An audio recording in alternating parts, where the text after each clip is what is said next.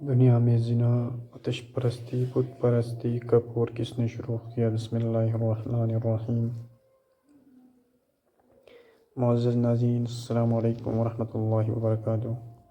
قرآن مجید فرقان حمید میں اللہ تعالیٰ کا ارشاد ہے، ترجمہ: اور زنا کے قریب بھی نہ جاؤ، بے شک وہ بڑی بے حیائی اور گناہ کا راستہ ہے۔ ناظرین، کیا آپ جانتے ہیں کہ زنا کا ابتدا کب اور کس طرح شروع ہوا؟ دنیا میں سب سے پہلے کس بدبخت نے اس گناہ کا ارتکاب کیا؟ اسلام میں زنا کی سزا کیا ہے؟ اس ویڈیو میں آپ کو اس بارے میں مکمل تفصیل سے بتائیں گے۔ ناظرین، جب آدم علیہ السلام اور اماں بی بی حوا نے اللہ کی نافرمانی کر کے شیطان کے بہکاوے میں آ کر جنت میں شجرہ ممنوع پھل کھایا تو اللہ تعالیٰ حضرت آدم علیہ السلام اور اماں بی بی حوا کو جنت سے نکال کر دنیا میں اتارا۔ تو پھر اللہ کے حکم سے آدم علیہ السلام اور بی بی حوا کے ہاں بچے پیدا ہوئے۔ ایک روایت کے مطابق اماں بی بی حوا کو تقریباً 20 حمل ٹھہرا، جس سے 40 بچے پیدا ہوئے، اور ہر حمل میں ایک لڑکا اور لڑکی پیدا ہوتی تھی۔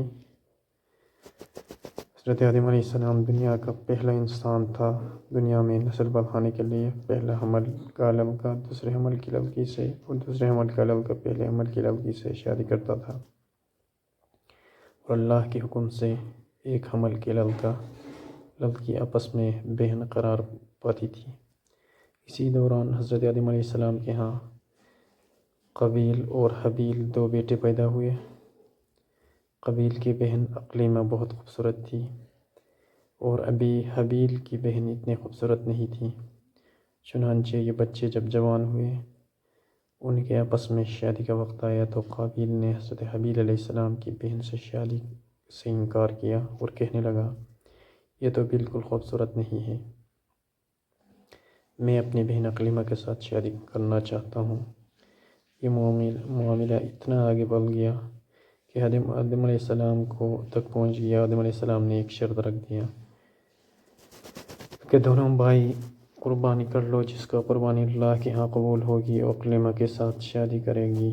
قابیل کھیتی باڑی کا کام کرتے تھے اور حابیل علیہ السلام بکریاں چلایا کرتے تھے۔ چنانچہ حابیل نے خوبصورت بکری اللہ کے ہاں قربانی کے لیے پیش کیا، اور قابیل نے گایوں کا گٹھا اٹھا کر پیش کیا۔ جب دونوں اپنے قربانی اللہ کے ہاں پیش کیا، اس زمانے کے رواج کے مطابق آسمان سے آگ اتری اور حابیل علیہ السلام کی قربانی نکل گئی۔ بس ثابت ہو گئی کہ حابیل علیہ السلام کی قربانی قبول ہو گئی۔ پھر قابیل کہنے لگی، ضرور میرا باپ آدم علیہ السلام حابیل کے لیے دعا کی ہوگی، اس لیے اس کی قربانی قبول ہو گئی۔ ناظرین، قرآن مجید فرقان حمید میں حابیل اور قابیل کا قصہ سورۃ المائدہ میں آیا ہے۔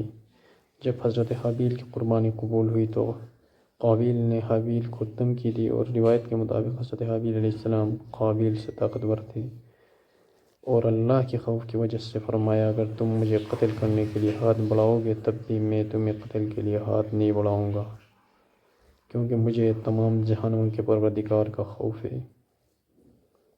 اگر تم مجھے قتل کر لو تو اپنے گناہوں کے ساتھ میری خطاؤں کا بوجھ بھی اٹھاؤ گے۔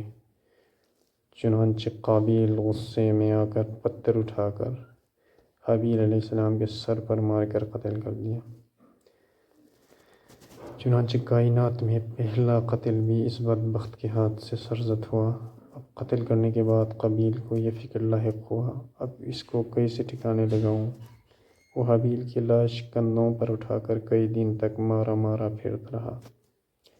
بعض مفسرین ذکر کرتے ہیں کہ قابیل جب اپنے بھائی کو مارا تو 1 سال تک اپنے پشت پر لادے پھرتا رہا۔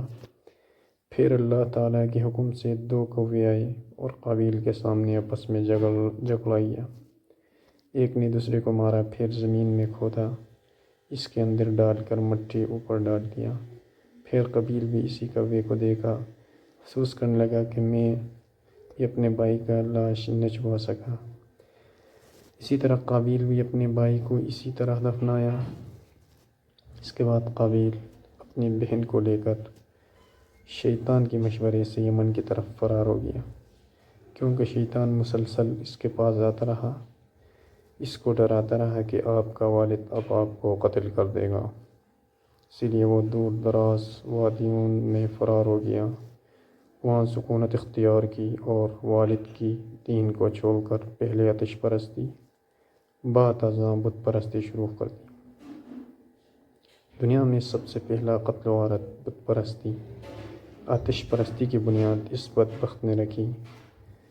زنا جیسی گناہ کا بھی ارتکاب کیا۔ اس بدبخت نے اپنی بہن عکرمہ کے ساتھ زنا کیا۔ حضرت آدم علیہ السلام کی اپنے بیٹے حضرت حابیل علیہ السلام کے قتل پر بہت دکھ ہوا، دکھ اور رنج و غم تھا، کیونکہ وہ اتنا ان کا جانشین تھا۔